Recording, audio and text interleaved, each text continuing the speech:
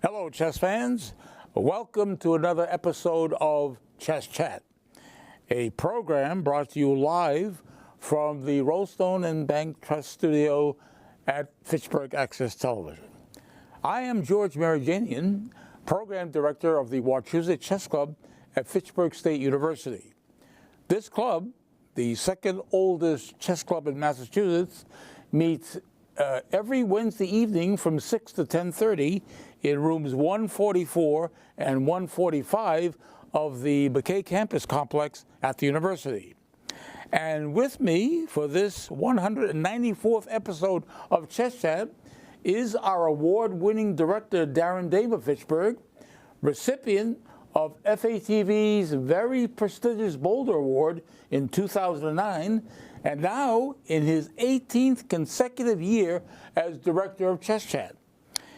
He's assisted in the control room by fellow resident and longtime Wachusett Chess Club member Brian Bigelow, who prepares the set for Chess Chat and also works on a camera. But sitting across from me is my longtime associate, trusty colleague, Wachusett Chess Club statistician, a chess author, a chess photographer, a very active tournament and match player, my co-host Dave Couture of Westminster. Hello, Dave. Hello, George. Always good to see you, Dave, for Chess Chat. Yeah. Well, Dave, a little over a month ago, a major chess tournament was held at Bradley International Airport in Windsor Locks, Connecticut. It was held at the Sheraton Hartford Hotel at the airport. And we had a number of Wachusett Chess Club players who traveled to Windsor Locks and played in that tournament. And I want to actually identify who these players were. All of them were our young players at the club. Okay. Now, a number of them, most of them now are no longer play at the club. They're still members. They signed up this past year, or they actually signed up years ago. But again, some of them have moved on now to play on Wednesday night, the same night we meet, at a club closer to where they live, the Metro West Chess Club in Framingham. Now, it's acquired a number of them, but I want to identify who these players are from the club. There were 8 of them, 8 young players who played in the 29th Bradley Open. By the way, this tournament, this Bradley Open, it was organized and sponsored by the Continental Chess Association, which is the #1 chess affiliate in the country. It's headed by Bill Goitzberg, who's really a genius when it comes to organizing chess tournaments. Big tournaments held all over the country. All over the country, right. And of course, Bill, I've known for many, many years, has actually done a number of tournaments actually in Massachusetts as well as Connecticut. He used to do tournaments in Vermont. Years ago, he did at the resorts. He did actually, but he no longer does any tournaments in Vermont. But he still continues to do tournaments in Massachusetts, 2 in Massachusetts, now in Marlborough. He does the Eastern Class Championship and the Continental Open he was doing. But he's doing that. He's doing those actually in Marlborough now, at the hotel in Marlborough. But he does do the Bradley Open, and now he did the 29th annual Bradley Open. Unfortunately, Bill, as the organizer, no longer is able, because of health reasons, to show up at the tournaments he organizes. But he has a great crew of directors who direct these tournaments.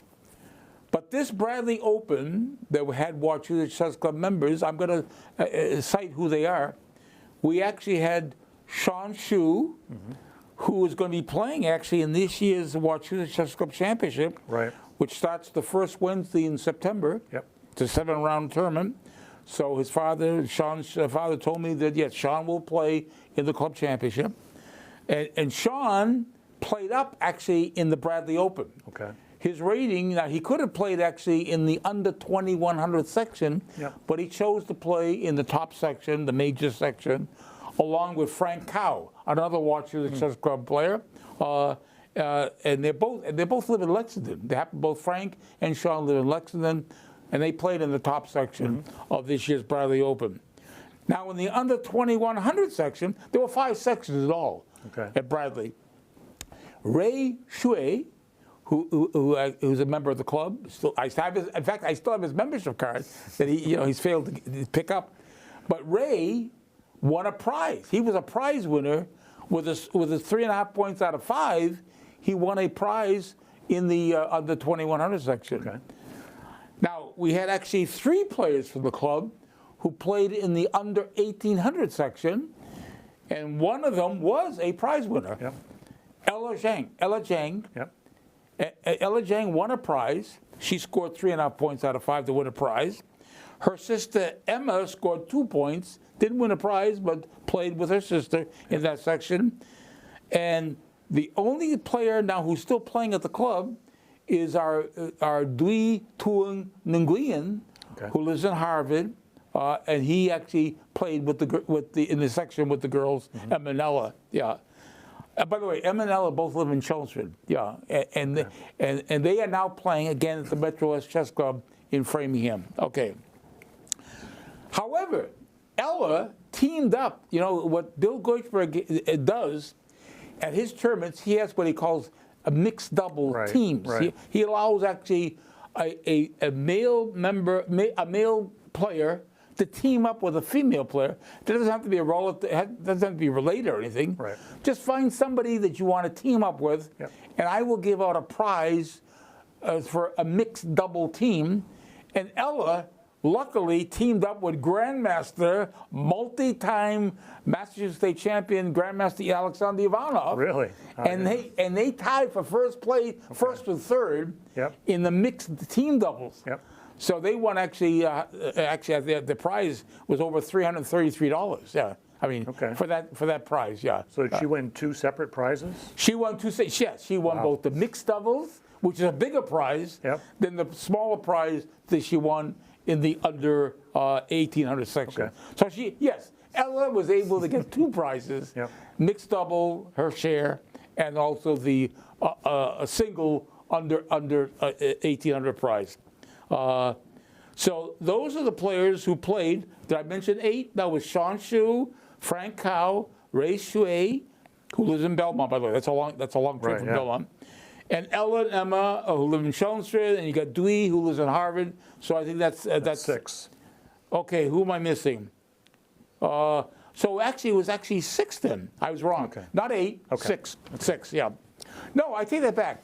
There were 2 other players from the club who played, but they did not finish as prize winners. So it was 8. I'll tell you the players I left out. Oh, okay. And you know their names. Anish Saravanan. Anish Saravanan, who played in the under 1800 section.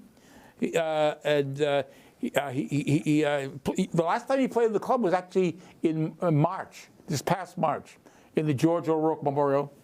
And also playing in the under 2100 section is another Wachusett Chess Club member, Krishna Narayanan. Okay. Yeah, you remember that name? Who also played at the Chess Club. So there were 8. There were 8 actually Wachusett Chess Club players, all of them young players who played at the Bradley Open. Now, I should actually now we're going to indicate actually who won the tournament. I'm sure our viewers want to know. Well, okay, you indicated our Wachusett Chess Club players, but who won the Bradley Open? Well, this year's Bradley Open was won by 2 grandmasters.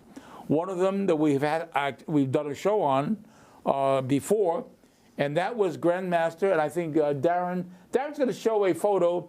Here is a photo of our This is Grandmaster, a photo of Jian Chao Zhou. Jian Chao Zhou, who actually lives in Massachusetts, has been living in Massachusetts since 2019, 5 years ago. He moved to Massachusetts. He came to this country actually in 2014, and actually, when he became a Grandmaster, the year that Chess Chat debuted on FATV, 2006, that is the year that Grandmaster Jian Chao Zhou became a Grandmaster. Okay. Yeah. Again, he tied, that's the Grandmaster Zhou, he tied with Fidel Corrales Jimenez, who's born in Cuba. And Darren has the photo of Grandmaster. I'm sorry, no, he doesn't have it. He doesn't have a Fidel Corrales because But I'm going to point out that both Grandmaster Joe and Grandmaster Fidel Corrales Jimenez, they tied for first place. They scored 4.5 points out of 5. Okay. They shared the first place. However, there was a tie break. Bill Goichberg loves to actually, when two players or two or more players, he likes to have like a tie break, either like a playoff game. And what happened was Grandmaster Jimenez won on tie break. He won a bonus by winning the tie-break game. Okay. He got $100 more in his prize. Okay. So what he ended up was $1,600 as a prize, where Grandmaster Joe won $1,500. So there was a tie-break to break, because he wanted to have a single winner. Do you know what the tie-break was? I think it may have been an Armageddon. Now, can you explain to our viewers what an Armageddon playoff is? Is that definitely what it was? Or I believe it was an Armageddon, yes. In fact, that's what Bill Goichberg looked at. Yeah, so typically Armageddon. Yeah, what is an Armageddon playoff? I think, let's see, so typically I think black gets like 5 minutes on their clock. Yes. I think white gets like 4 minutes. Yes. Typically, but white also gets draw odds. Right. So if the game ends in a draw, white is the winner. Yeah. Well, actually, the person with the less time. The person with the less time. I think, if the person with less time is able to draw. Right. I think it's usually white gets less time. Less time. I think. Right. Exactly. Yeah. But again, yes, a draw. There's draw odds. Yeah. Right. Yeah. So, and that's how it was decided. I'm sure it was. I'm positive it was what an Armageddon playoff. Yeah. Okay. Now, right now, I'm looking at the time we have remaining. We might as well go into the game, but we'll take this game nice and slow and easy. Yep. When I dug into the archives, I was looking, for example, both Grandmaster Joe and Grandmaster Jimenez, they drew their last round game at the Bradley Open. Not an interesting game. Yeah. Did they play each other? They played each other in the last round. They drew each other. Okay. What I found is a very fascinating game that Grandmaster Joe played in 2005 in Dubai, in the United Arab Emirates. This is really a great game he played, again, in 2005. And it was against a Ukrainian grandmaster by the name of Sergei Fedorchuk. Now, Darren has a photo of the Ukrainian grandmaster, and he's going to show our viewers Grandmaster Sergei Fedorchuk. There he is. Yep. There he is. There's Sergei Fedorchuk. And now I'm going to find out their ages. Right now, Grandmaster Fedorchuk, if I can dig him up here, give me time. How old is Fedorchuk? Is he, let's see, Grandmaster Joe is actually 36. Give me time to find Fedorchuk. Oh, 43. Sergei, but he's now currently 43. But in 2005, he's like 24. Right. Yeah, right. So, but this is a game that was played at this Dubai Open. It was a very big event, big money, in the United Arab Emirates. And we're going to present this game to our viewers right now. And Grandmaster Jianchao Zhou had white against Grandmaster Fedorchuk. And how did he open the game in that tournament? He opened with D4. Okay, D4. We have played this many times over the years. Second most common opening move. Right. After E4. Right, it is. Okay, and this is what Grandmaster Fedorchuk responded with. He played the knight on G8 to F6. All right, so he's developing a piece. Developing a piece. And also stopping white from playing E4. The pawn E4. Stops the pawn to E4. Okay, how did actually white continue here? I'll move 2. Again, very standard. He plays C4. Allowing the knight to come here without blocking the pawn. Okay. So. All right. So Grandmaster Fedorchuk now responded with the pawn to E6. He pawns to E6, right? E6 here, opening up the diagonal for the dark squared bishop to come out. All right. It is now white's third move. What did Grandmaster Joe do? So the two most common moves here are knight to C3. Yes. Which, if you play that, it allows the bishop to come here pinning it. So some players prefer play knight to F3. Okay. And that's what he did. Yep. So white played knight F3. Okay. Now, as you pointed out, black actually in this position could have he actually can still play this bishop to b4 check. Yeah. That's a possibility.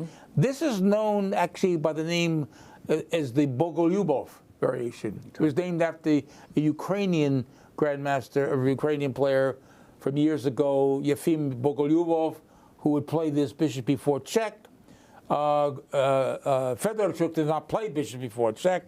Instead, he played the pawn to b6. Yeah. Now, by playing the pawn to b6, do we actually have a name of the defense that black is playing here? We sure do. What is this called? Queen's Indian. Queen's Indian defense. Yep. Okay, all right. So that's what actually Fedorchuk played, a good move. Now, this actually makes it possible now for this bishop to be developed either on b7 and possibly a6. Or a6, so there's right, yep. two squares that bishop can be deployed to. Yep. But it is now white's move, Grandmaster Zhou's move. How did he continue? Did he play knight c3? Or He did not. He did not play that. So he decides to play g3 so that he can put his bishop here opposing the black bishop on b7. Okay. All right. So it is now black's move. How is black going to continue? He's now going to move. He's now going to move this bishop, but where does it go? Right. He's got a choice here. Yep. Okay, and both are good. Both are good moves. Yep. There's nothing wrong. What Grandmaster Fedorchuk chose was to play the bishop to a6, because now what is he threatening? We're playing the bishop Now a6. he's threatening the pawn on c4. Yes, he's attacking the pawn, which is undefended. Yep. And of course, white cannot afford to lose a pawn in the opening like this. Yeah. So how did white respond to bishop a6? He plays b3, defending the pawn on c4. All right. And Okay. also, if he wants, he can develop the bishop to b2. Yeah, it gives actually a square, the b2 square, Yep. for deployment of the bishop. Okay. All right. So this is what Grandmaster Fedorchuk did actually on his fifth move. He advanced this b pawn to b5. Now he's attacking that c pawn twice, Yeah. with the b pawn and the bishop behind it on a6. I don't know how common that is. Okay, so you don't think this is common? I mean, for one thing, it sort of violates one of the opening principles, right? Which is Yeah. you don't move the same piece twice. He took two moves to move the same pawn twice. Right. Yep. And I think what's more common is for the bishop to come to b4 with check. So that's more common to play the think so, bishop yeah. before check. But Fedorchuk didn't do this when he played this game in 2005 against Grandmaster Zhou. All right. Well, so how was white going to respond to this double attack on the pawn to c4? So he simply takes on b5. Okay. Okay. All right. We see that on our screen there. Now, this, of course, forces black to respond with bishop takes. Yeah, not quite caught up yet. Is it quite up yet? Not quite. C takes b5. All right. So now C takes b5, and now we're going to take. There we go. Now we go bishop takes the pawn on b5. Yep. All right. So now, all right. It's now white's move after bishop takes on b5. Seventh move for white. How does Grandmaster Zhou continue? So he plays bishop to g2, Okay. which Now- looks very threatening. To Yes, me. because there's a nasty threat here, Right. especially with that bishop. Right. All he has to do is move the knight anywhere, and he's attacking the rook on a8. But of course, that could be blocked. But again, that could He's be gonna right. Yeah, right. He's going to have to deal with it somehow. Yeah, at some time. Yeah. All right. All right. So after. All right. So okay. So we saw the. I gotta find my place here. So it's, okay. All right. So now we have a move that actually Grandmaster Fedorchuk could have played earlier. Yep. Now he plays bishop b4 check. Yeah. All right. Now, how many different ways are there to block this check? If you look at all the different ways the white can block this check, So he's I basically see. got three. He can Three. put this knight here, Yep. the bishop here, or he could even bring this knight back. Which actually would Like that. attack. Which would also attack the rook. Yeah, right. But of course, that could be blocked. Easily defended. Yep. All right. So there are three ways to block the check here. And he chooses what does he to choose? block with the bishop. Blocks with the bishop. So white plays bishop d2. Okay. All right. So now does white have a threat? White. So again, white has that same threat of being able to move the knight somewhere and attacking the rook, and the rook is, well, I guess it could be blocked. But we also the immediate threat of taking the bishop. Oh, right, yeah, sure. Yep. Exactly. Yeah. So the question is, by blocking with the bishop on d2, it is now white who's attacking the bishop Right. on b4. Right. All right. Now, what does black do here? Does he now retreat? Does he retreat the bishop? He could. He could retreat it. could But he retreat said, no, he said, I'm not going to retreat the bishop. I'm going to defend the bishop Right. with pawn to a5. So that's what he did. He played a5 on his 8th move, defending the bishop. All right. And the other thing is, if, Yeah. if that rook should get attacked, it now has squares to move to, whereas before it was blocked in. Yes. All right. So it is now white's 9th move. How does he continue? So he simply castles. It's a standard part of development. Okay. All right.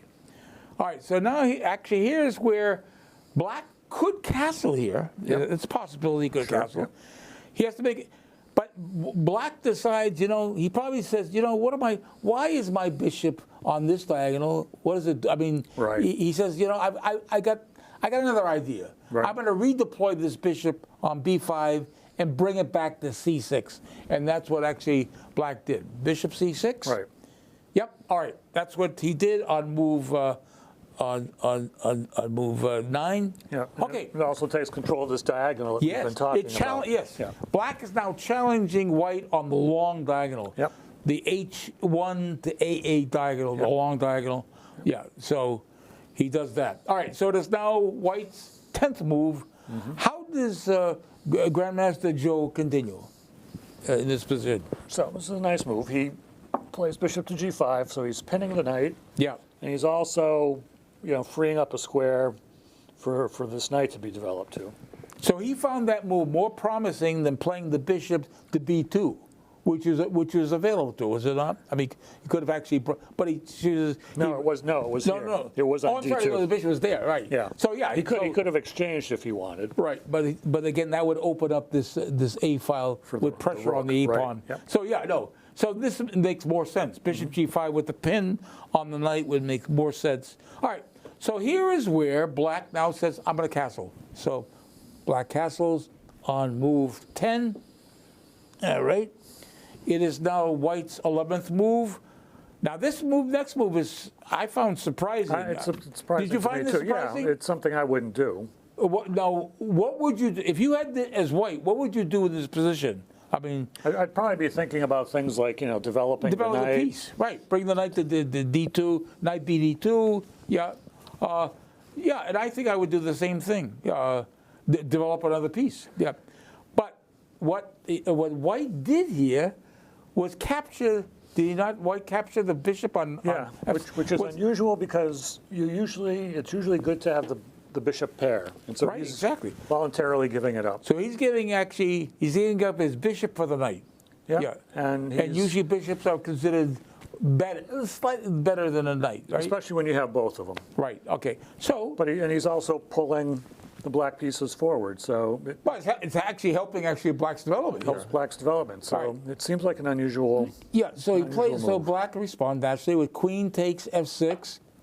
Now, actually, who's ahead in development though? When you look at the development, Yeah, black's actually ahead now. yes, actually well. We got the two minor pieces, the queen. Yeah, actually, with the queen out, yeah, we have Yeah. 3 pieces developed. Yes, right. Remember, white's queen has not developed yet. Right. Yeah. So technically, yes, black is technically ahead in development. Yes, With the 2 bishops and the queen versus the 2 minor pieces by white. So one thing we should say, I guess, is that one of the things that stronger players do, like especially at the grandmaster level, Yes. is they know when you can violate the general opening principles or general principles. They know. Yes. They know, like At that level, they know. like we're saying, we would never do that because why No. give up the bishop pair? Why help? There's why no develop- need. But- Maintain the pin on the knight. Right, Yeah. but if he were here, Yeah. he'd be able to explain why he did that, and- Explain that, right? Exactly. All right. All right. because he's a grandmaster. Because he's a grandmaster. All right, it is now white's 12th move. How did Grandmaster Joe continue with move 12? Move 12. So he plays Aha. a3 to kick Yes. the bishop, and I guess one reason is he'd like to be able to put his rook here, Yes. and he can as long as the No, bishop's sitting that there. bishop actually controls that controls the squares along Yep. the diagonal. Yep. All right, so he has to retreat the bishop, right? Where does that bishop go? I only see two squares it could go. Yep. It could go back to e7, but no, he says, no, I'm not going to go back here. That actually would hurt. That's my escape. If I need to escape with the queen, I have no escape route coming back. Right. So he brings the bishop to d6, of course, which blocks the advancement of any d pawn. Yeah. So he brings it to d6. Bishop d6 was black's move. Okay. All right. Now, actually, black still maintains the lead, though, in development, right? As far as the three pieces versus the two minor. Okay, it is now white's 13th move. So all right. he finally develops his knight to c3. Okay. Now, all right, knight c3 was played. All right. So now, actually, okay, so black realizes, you know what? I don't see any future with this queen here. He decides to bring this queen back to e7. Yeah. Look at this. Now he's threatening the pawn on a3. There's a threat of now with a double attack on the pawn on a3. Okay, so that makes sense to bring the queen back to e7 and attack the pawn on a3. So what does the white has choices here? White could actually advance the pawn to a4, but he didn't do that, did he not? Right, he did not. He decided he's going to defend it. Can he defend that pawn again? Yes. And how does he do it? How does he defend that pawn on e3 again? He slides the queen to c1 to defend it. All right, so now here's the queen and the rook tied up, defending that pawn on a3. Okay, so queen c1 does it. All right, but by retreating that queen to e7, as black did with the double attack of the pawn, forcing white to defend the pawn on a3, this allows black now to carry out the plan of playing f5. Right. He's now going to play the pawn to f5. Which looks like a good move. He's trying to get play here, counterplay on the king side here. All right, it is now white's. And you can see why he's doing it, because he's got both of his bishops are aiming at white's king side. Also, without that pawn to f5, wasn't actually white possibly threatening to advance the pawn to the e4? Sure. That was a threat. Yeah. E4 was a threat. But of course, now he can't do that, because with the pawn on f5 and the bishop on c6, he controls that square. What black controls the e4 square. All right, so f5 looks like a very good move. It is now white's 15th move. What does he do? Rook to d1. Okay, rook to d1, right. Okay.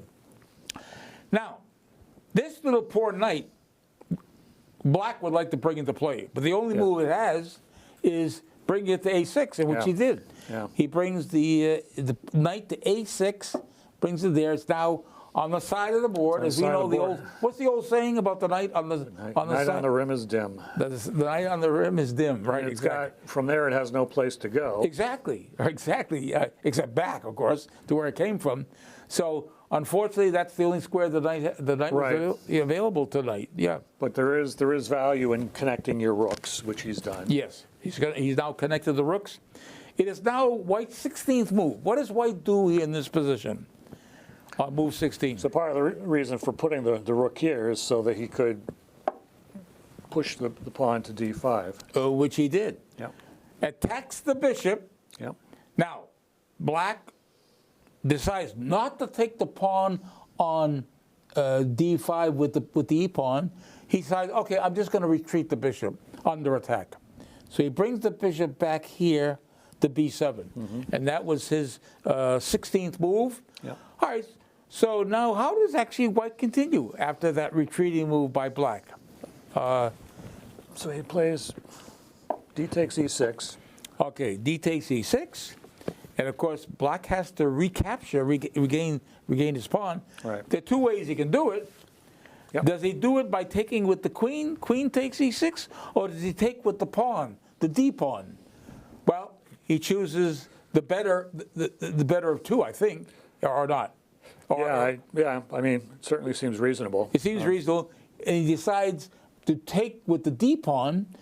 By doing so, by d takes e6, now this d file is totally open. Yep. He could challenge white on that d file by bringing the rook on a8 over to d8. Okay. Yep. All right. So it is now white's move here, move 18, I believe. Okay. How are we going to continue it? It is white's move. 18, move 18. All right. So he plays knight to d4, All right. which now opens up this diagonal here. Oh, so he is now, by something's going to have doing to that, happen here. he's now making the available for black now to exchange bishops here. Yep. And that's what black does. Yep. He does take bishop takes on g2. That's his move. Bishop takes g2. And of course, white only has one move in Right. response to that. King takes the bishop on g2. Okay. All right. All right. It is now black's. It is no. I'm sorry. It is now black's move. All right. How does black going to continue? Well, what black does, he says, you know what? I'm going to advance my pawn to e5 and attack this knight on d4, forcing that knight to move, retreat. Yeah. But where does that knight under attack on d4 go? What squares can it go to? Go look at all the squares it can go to, as far as Yeah, it could come here, a3, here, c2, here. right. So there's actually, yes. In fact, here it would be attacking the queen. Sure. Yeah. So we have f3, c2, b5, or c6. What does he choose? What does actually white choose on move 20? So he plays to b5.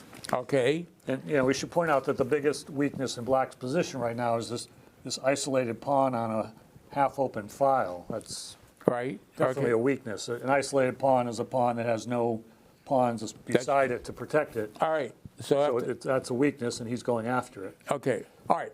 So in response to this move by white, knight db5, black decides, you know what? I'm going to play my queen to f7. Is there a threat? Hitting this pawn on b3. So the threat is to win the pawn on b3. Right. The pawn on b3 is under attack.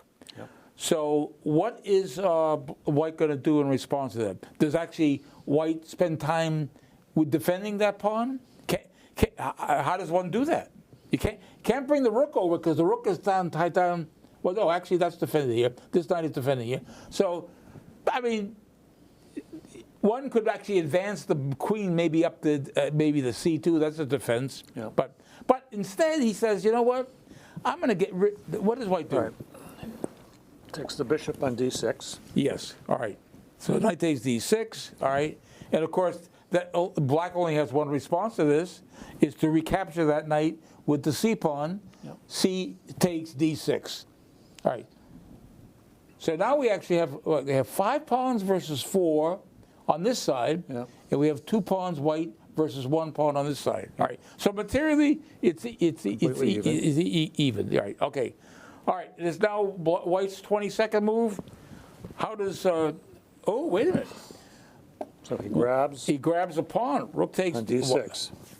So wait a minute. So he's up a pawn He's now. a pawn. Actually, white is now up a pawn now. He's won a pawn here. He's up a pawn. Right. Yeah. I mean, black could grab that pawn. That's true. Black, in response, could take, the queen takes the pawn on b3. All right. And I'm not sure why he doesn't, but he does. What does he do? Well, what he does, actually, in response, plays knight to c5. Yeah. And actually now we have a threat of taking on b3 with a forking the queen and the rook. Okay. Yeah. All right. So he's got a double attack.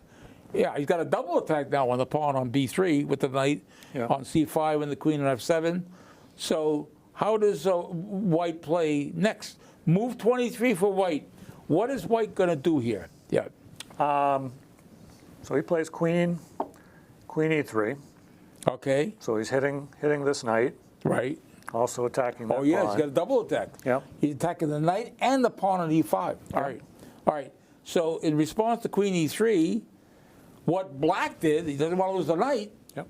He plays knight takes the pawn on b3, attacking the rook on a1. All right. So that's his move. Knight takes b3. And of course, white does not want to lose the rook on a1. Yep. So what does white do now in response to the attack on the rook? He doubles his rook on the d file. Oh.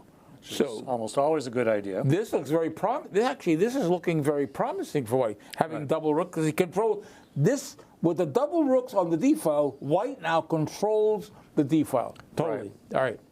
He has threats of doing things like, rook down here to attack the queen. And also, we have a threat now. Besides, we also have a white threat of winning this pawn on e5. Is it not? Yep. That's also we have an attack here on the pawn on e5.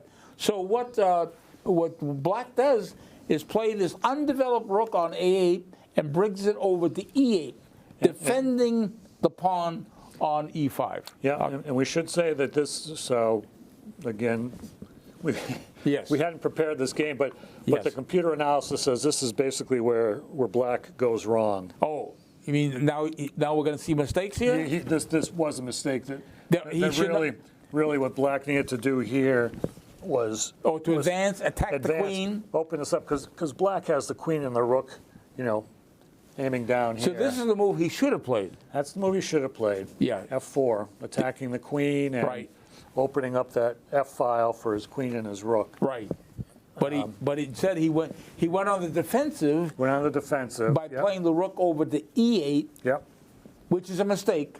Yep. This is a turning point in the game. Turning point in the game because so what he does is just what we were just talking about. Rook to d7. Now he's got a rook on the 7th. He's attacking the queen. Exactly. Now, what after rook d7? Well, what black did here was play the queen under attack to c4. He's there, okay. Yep. However, after again, he still could have played f4 here, counterattacking the white queen. And leave the queen on f7 and just attack the queen with f4. Yep. But he chose not to do that. Right. Okay. So what's going to happen now? Now white has a strong move coming up. Bad things are going to happen. Yeah. So queen to a7. Now he's got two pieces on the 7th. Whenever you can get two rooks or two major pieces on the 7th. Now, is white not threatening checkmate here? Checkmate in 2 moves. Yep. 2 moves. He's threatening to bring the rook over, check, and then over here, and then the queen. And then the queen. So I guess in 3 moves. 3 moves, yes. So he actually, now with this queen on a7, white is now threatening checkmate in 3 moves. Yep. Okay. So how does actually black going to stop this? He's got to block. He cannot allow this rook to take this pawn on g7 with check. So he decides he's going to bring the rook up here. Does he not play rook f7? Rook f7. Blocks. Yeah. So remember, because the queen is here, it is defending here on both the king and the queen are defending this rook on f7. All right. So how does the Grandmaster Zhou continue now on move 27? So this is kind of a clever move. Yes. He plays the rook here. Okay. To d5, so this queen is no longer protecting that rook. So he shut off the defense from the queen, and now he's threatening now to take the rook on f7. Take the rook. Okay. All right. So that's a very good, strong move. Rook on 1, moving to d5. This is going to force now black to try to exchange and get out of trouble. Right. He plays rook takes d7. Okay, and that was actually his 27th move. And of course, white just responds actually with the rook and renews the threat now. Right, so he's still got the 2 pieces. We still have the threat of actually of a mate now actually in 3 moves. Yeah, 1, 2, all right. Yep. He cannot allow that rook to take the pawn on g7, right? All right. So how is he going to get out of this mess? All right. It is now, whose move is it now? It's the 28th move. He cannot allow this rook to take on g7 with check. Luckily, he can play this queen to g4. Yep. Allows the queen now to defend here with the king, the pawn on g7. So good that he had queen g4 defend. However, this is not going to help him for long. Right. Because how is white going to continue here and maintain his advantage? He has the big advantage here. Yeah, right, he's got all the pressure. Yeah, he has all the pressure. Plays rook to e7. Right, exactly. Yeah, all right, so he comes here, attacks there, and of course, he's now attacking this rook here. And, he's not going to exchange here. Black does not want actually to have an exchange here and allow the queen to even get closer to the king. Right, to get closer and then also threaten forks here. Forks here, yes, right. Winning, yes, right. So he cannot allow it. Instead, he decides, I got to defend that rook. plays the rook back to G6. Queen back to G6. It's queen to G6. Yeah. Queen G6 is what was played by Fedorchuk. Yeah. It is now Grandmaster Joe's 30th move coming up. How does he continue here in this position? So now he adds the knight to the attack. Knight to D5. All right, so knight D5, strong move. All right, now here is like a move that actually Black should have played years. I mean, years, months. Yeah. It sounds like months or years ago. Moves ago, he should have played F4 earlier. Now he plays F4, trying to actually get counterplay on the king side, but it's coming too late. But it's a desperation move. It's a desperation move. All right, so now how does actually White continue? It's move 31. How does he continue? So Queen D7. He's got 2 attackers on that rook. It's only defended once. Only defended once. So he's got to defend it again. Yeah. And but he brings the king over, the only piece that can defend with the help of the queen. He brings king to F8. That was actually Fedorchuk's 31st move. And how is actually White going to continue this attack here? What does he do? He does it nicely. So he very nicely takes on E8, check. Check. Okay, I'm just seeing board on the board, yep. Okay, so and of course you have to. Black has only one move. Choice. Queen recaptures. Queen takes E8. Okay, that was his move. Now, how does White continue this attack? All right. So he's going to find the best way to continue. Yeah, so the key thing here is that White's got these 2 pieces in the attack, and Black's knight is too far away. Too far away to be helpful. To help. Yeah. And so he plays queen to D6, check. Right. And forcing the king to move because he cannot block with the queen because he would lose the queen outright. Yep. So he's forcing the king now to move, and he moves the king to G8. King G8 is his move. Okay. All right, so how does actually White continue this attack? Beautiful attack. That allows knight to E7 check. Okay, knight E7 check. All right. So what he does, he comes up to F7, and now he is threatening now with the double attack on the knight to do that. So King F7 was played. All right. So now this has to be calculated correctly here by White. How does White now continue with his attack? He has the attack, but how does he actually increase his advantage by playing? So, knight to C6. Because now he's got a double attack on the pawn. In fact, trying to take the pawn with the knight with check. With check. Yeah, that would be devastating. All right, now. And I guess okay. All right. So here okay. So here is where Black must have been sweating in this position, but he decided, okay, I gotta try to save this. It's not gonna be easy. Yeah. He plays queen to A8, which luckily pins that knight. Does not allow the knight to take the pawn because of the pin. Yep. And of course, the queen is not going to take the pawn on E5 because he would lose the knight on. The queen is tied down defending the knight. So momentarily, White is pinned here with the knight. Right. So how does actually White respond to this pin of the knight with the queen on the E8? So he just simply plays F3, breaking the pin. Okay. But now, of course, the threat is there now to take the pawn with the knight with check, right? Yeah.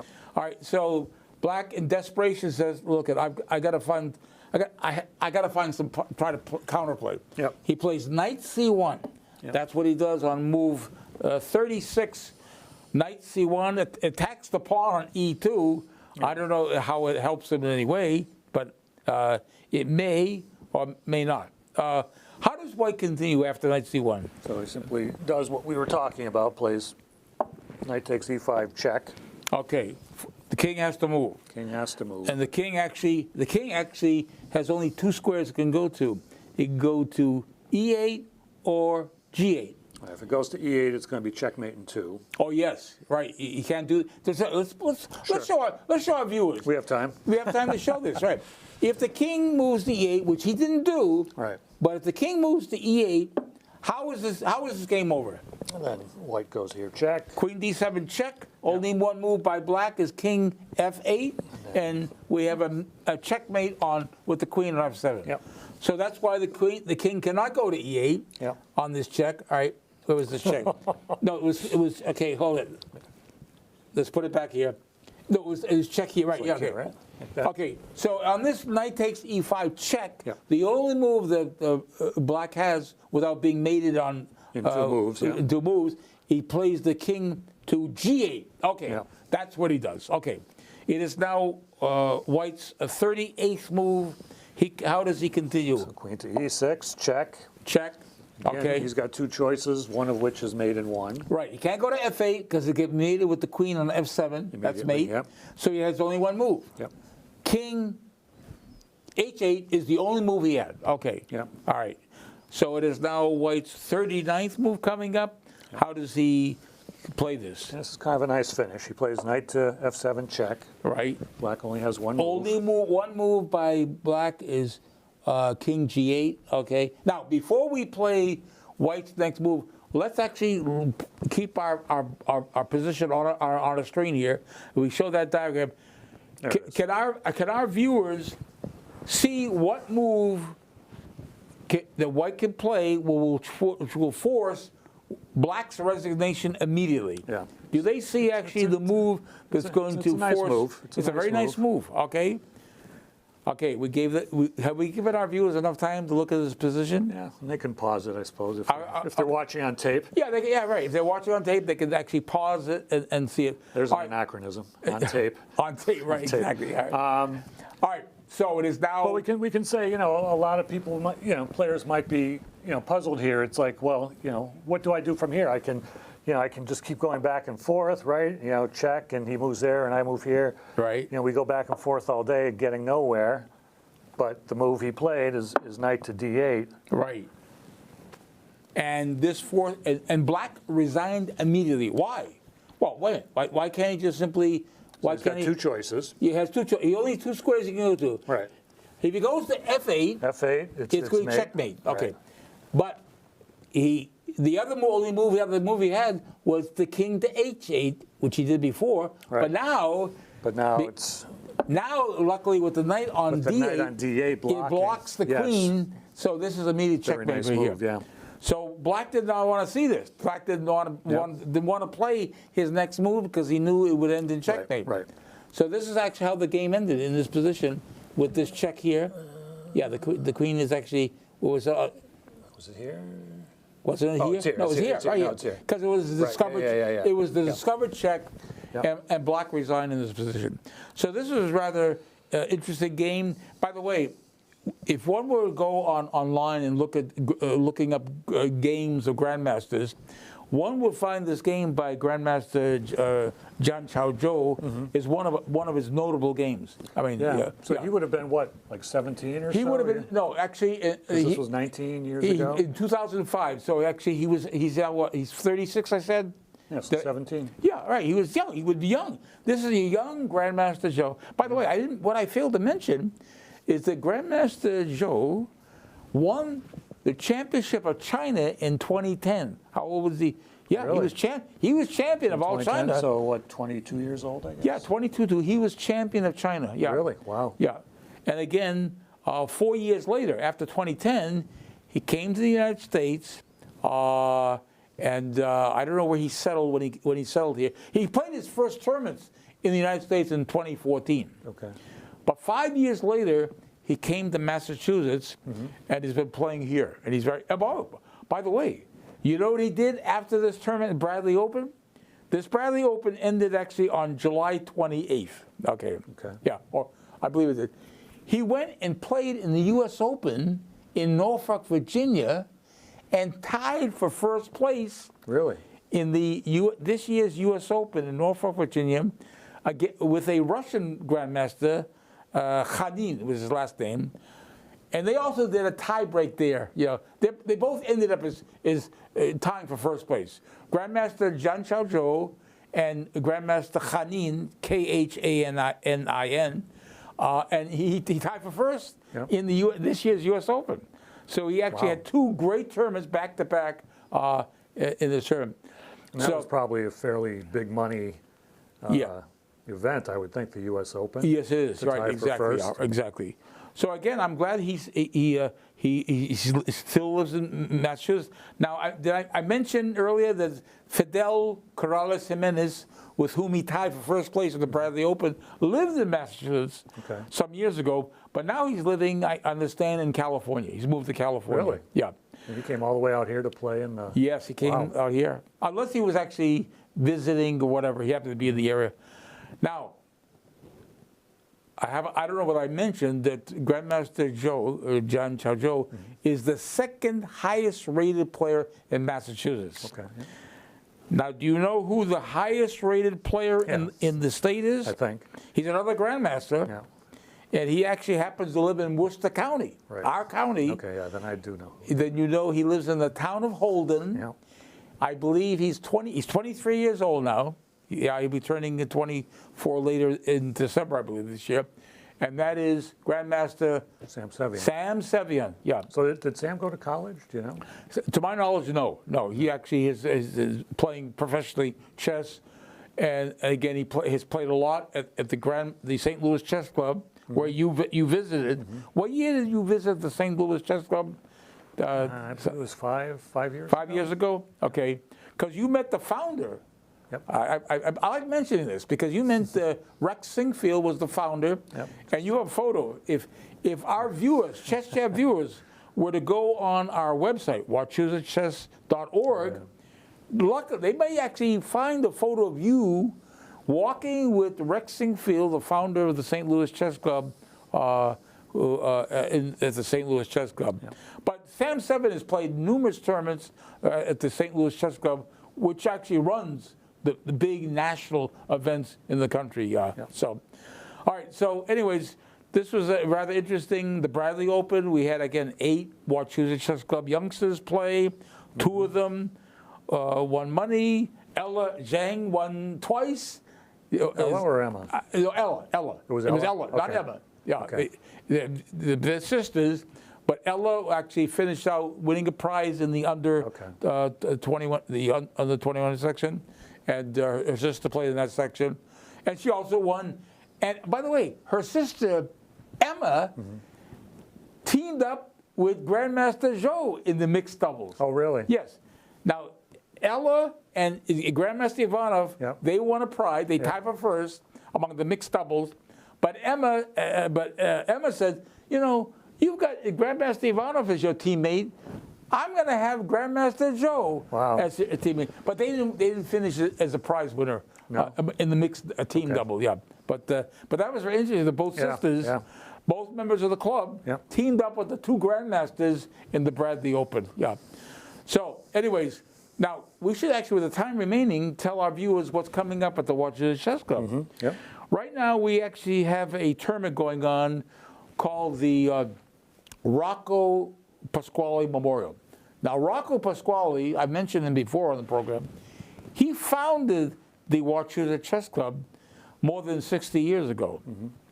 In fact, this club, the Wachusett Chess Club, was officially named the Wachusett Chess Club in February 1960. Before that date, we were known in the local press basically as the Fitchburg Chess. They would call us the Fitchburg Chess Club because we really didn't have an official name. But we used to meet at the Veterans of Foreign War building on Pleasant Street, 10 Pleasant Street in Fitchburg. But then we made the move to the church, the First Unitarian Church at the Upper Common in Fitchburg, with the one with the steeple. And the club stayed there. And by the way, that's where Bobby Fischer performed a simultaneous exhibition on March 2nd, 1964 at that church. He lost 5 games. One of them was against the Boston Globe chess columnist Harold Donners. But that's where the Wachusett Chess Club met actually in the early 60s. And then in the late 60s, it moved to the Fitchburg YMCA on Wallace Avenue. So anyways, getting back to the club, Rocco Pasquale worked for the U.S. Postal Service, worked for the U.S. Post Office. He did special deliveries. And he was the founder and the first president of the Wachusett Chess Club. He also was a club champion. I think he won it in I forget what year in the 60s that he won it, but he was a single time he was club champion. This current tournament is actually in his honor, and we do that every year.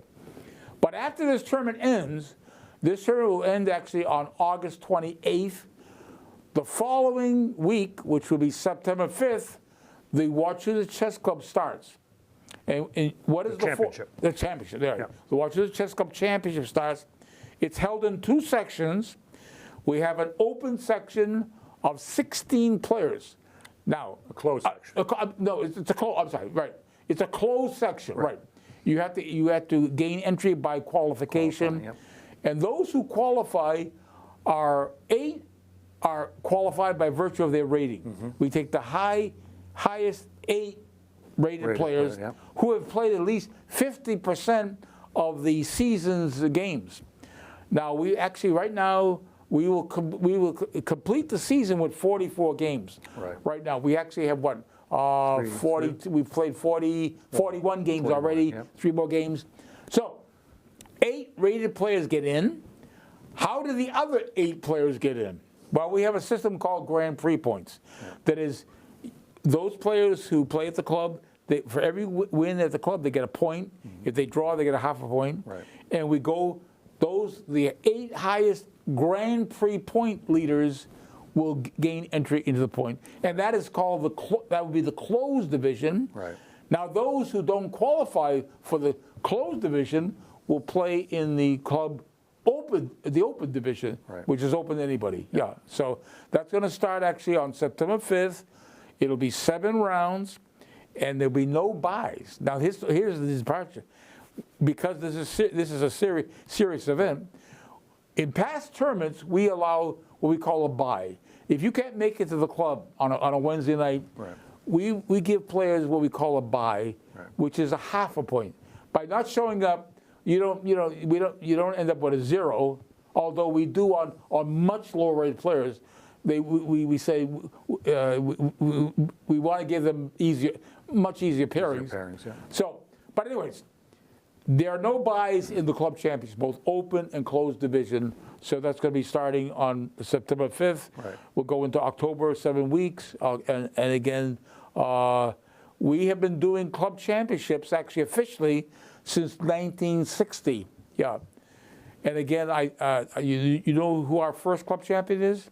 The first one? The first club championship was won by the player who taught me chess. If it were not for him, I wouldn't be doing this chess chat. I wouldn't be involved with the Wachusett Chess Club. I feel like I should know this name. I'm sure I'll recognize it when you say it. We actually, this player, the name is Frank Hacker. Frank Hacker, who was, I consider the smartest kid in my class, the class of 61, actually taught me the game of chess, and I stayed with it. I stayed with chess all these years. I've been involved with chess, it's been 66 years with chess.